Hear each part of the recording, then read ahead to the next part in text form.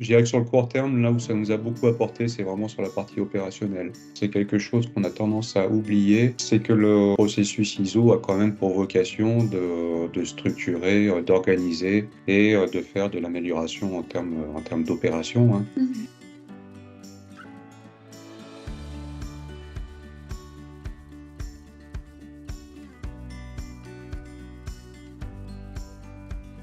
Alors Ania est une entreprise d'un peu plus de 35 personnes à croissance rapide, donc qui est localisée à Grenoble. Croissance rapide parce que il y a encore une année et demie, c'était une quinzaine de personnes. Donc on sort du mode start-up, hein, pour se transformer en modèle PME. Nous sommes éditeurs de logiciels. Et mon rôle dans le cadre d'Ania, c'est le rôle de directeur des systèmes d'information. Donc sur deux aspects, vraiment l'informatique interne, tout ce qui est réseau, ordinateur, etc., etc. Plus outils, ce qu'on appelle l'infrastructure DevOps, donc c'est tout ce qui est support aux développeurs. Et puis également en charge du management de l'équipe de production, donc l'équipe de développeurs.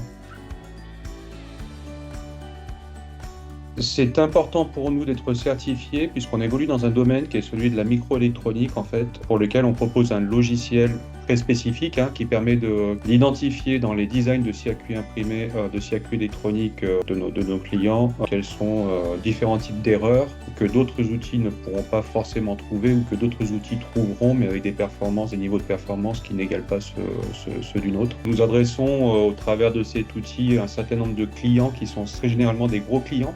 Donc des gros acteurs du secteur, hein, on peut citer des ST Microélectroniques potentiellement, des Intel ou autres acteurs taïwanais par exemple, pour qui la notion de sécurité est vraiment quelque chose de capital. Le fait que leurs fournisseurs ou leurs partenaires leur démontrent justement qu'ils sont en capacité de respecter un certain nombre de standards de sécurité est très important pour eux, d'un point de vue purement opérationnel bien sûr, mais d'un point de vue parfois contractuel, hein, quand on a des prérequis à remplir sur ces aspects-là. Un des premiers réflexes, c'est penser lourdeur de processus, lourdeur documentaire, ce qui est une chose vraie, hein. Passer par une certification, alors un peu moins sur la partie 9001 à mon sens, mais davantage sur la partie 27001, nécessite vraiment de formaliser beaucoup en termes de politique, en termes de processus, en termes de procédure de l'existant et bien sûr mettre tout en conformité d'un point de vue technique derrière. Dans un contexte comme le nôtre où on est peu équipé en termes d'employés, mais malgré tout avec de grandes ambitions, il faut en tenir compte. Il faut en tenir compte dans le sens où on a plein de sujets à traiter et que rajoutant ce type de sujet par-dessus à équipe réduite, c'est pas évident à organiser. On a rencontré des problèmes spécifiques. On va plus parler de problèmes de disponibilité. Problème de disponibilité des ressources, encore une fois, on n'est pas très nombreux, donc il a fallu se mobiliser pour pouvoir répondre à l'accompagnement, puisqu'on a pris un accompagnement fil agile. L'objectif, c'est quand même... on parle d'accompagnement, on ne parle pas de prestations de sous-traitance, hein, donc qui dit accompagnement dit ressources chez nous qui doivent être accompagnées. Donc former, participer aux ateliers, et puis avancer sur les différents sujets selon le plan qu'on se définit. Et puis le deuxième aspect, c'est aussi que, encore une fois, on sort d'un modèle start-up pour se développer, se structurer dans un objectif plus d'organisation PME. Donc notre modèle de processus n'est pas forcément mature à ce stade, enfin ne l'était pas à l'époque où on a démarré l'initiative, il est davantage maintenant bien sûr. Donc il a fallu en plus de devoir formaliser tous les aspects purement sécurité du système d'information, et déjà avoir les bases métiers en termes de définition de processus. C'est grosso modo les deux grosses difficultés qu'on a rencontrées, disponibilité et maturité de l'organisation.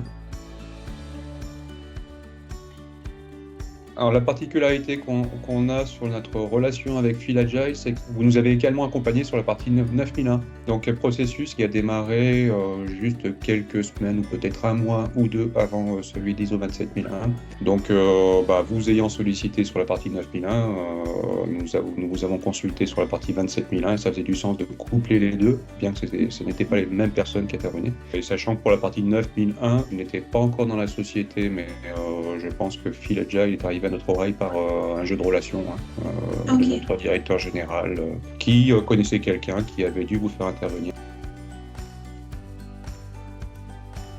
Alors il y a eu deux phases dans l'accompagnement. Une première phase qui qui va couvrir plus le modèle de gouvernance de sécurité. Donc on va dans ces cas-là parler d'organisation au sens pilotage d'entreprise, au sens analyse de risque global, enjeux de société, stratégie, etc.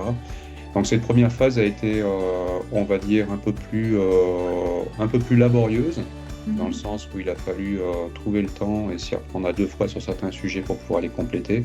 Et la deuxième phase, par contre, a été non pas moins chargée, mais plus efficace dans le sens où on avait embauché donc, notre RSSI actuel et qui a pu se consacrer à quasi 100% au sujet.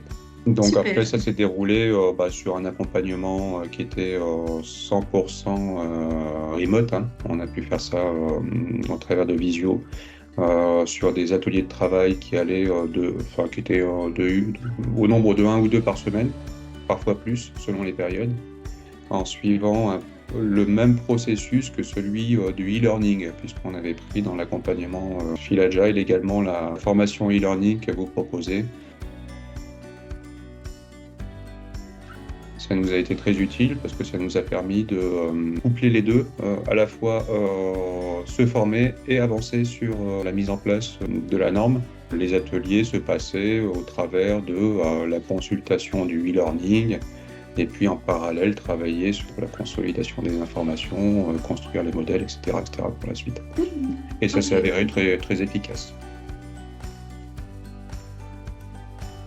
Allez, 3 points. Je dirais connaissance du processus, bien sûr, c'est préférable. ISO 27001 et connaissance d'autres normes qui peuvent être utiles aussi à alimenter le travail. Ce qu'on a beaucoup apprécié, qui est un point fort dans ce type d'accompagnement, et c'était une des raisons pour lesquelles on a choisi de le prendre également, c'est le tempo donné. Le plan projet qui nous a été proposé et qui était ponctué de différents comités de pilotage nous a vraiment donné un tempo qui était efficace. Pouvoir reprioriser et recadrer le calendrier au travers des différents comités était également très efficace. Et le dernier point, donc le troisième point, c'est la partie, comme je disais, matériel documentaire existant. Donc effectivement, l'ISO 27001 nécessite de beaucoup formaliser, de politique, de procédures et autres. Le fait d'avoir du matériel existant, des documents déjà existants, que l'on peut compléter, adapter, etc., est un gain de temps extraordinaire. Alors sur la partie business, je dirais que c'est encore trop tôt pour en juger. Ça ne fait que grosso modo 1 mois et demi que l'on a la certification, mais disons que par rapport aux prérequis que ça peut représenter pour certains de nos clients, déjà on coche la case. Je dirais que sur le court terme, là où ça nous a beaucoup apporté, c'est vraiment sur la partie opérationnelle. C'est quelque chose qu'on a tendance à oublier, c'est que le processus ISO a quand même pour vocation de structurer, d'organiser et de faire de l'amélioration en termes d'opération. Et après, une deuxième phase, c'est justement de retrouver le bon curseur entre le respect des normes de sécurité et l'agilité opérationnelle.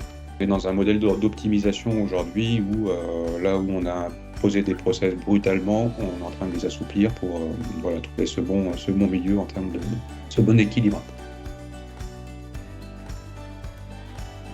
L'interprétation qu'on peut avoir de toutes les normes, et en particulier de l'ISO 27001, c'est de croire que ça se cantonne un peu trop à des considérations purement sécurité, au sens restrictif de la sécurité. Quand on parle à beaucoup d'opérationnels dans une organisation, ils lèvent les mains en s'imaginant que, bien sûr, on va les restreindre dans leur travail, ils n'ont plus pouvoir communiquer comme ils ont l'habitude de le faire, plus pouvoir envoyer des fichiers comme ils ont l'habitude de le faire, plus pouvoir installer ce qu'ils veulent sur leurs équipements comme ils ont l'habitude de le faire, et donc c'est plus contraignant qu'autre chose. Effectivement, il y a un peu de ça, mais c'est bien normal parce qu'on est quand même dans un contexte global qui est très à risque en termes de cybersécurité, donc ça implique de se restreindre un petit peu et puis d'impacter un peu son travail au quotidien pour mieux se protéger. Mais encore une fois, les processus ISO apportent vraiment un plus en termes d'opérationnel sur tous les aspects que j'ai cités, donc l'organisation, la formalisation des processus, les rôles et responsabilités, les outils, etc. Donc c'est le point que je retiendrai, c'est double gain, le gain en termes de protection, d'être vraiment rassuré sur le fait qu'on est vraiment en sécurité, bien que ce soit encore un travail de tous les jours, et puis le gain opérationnel.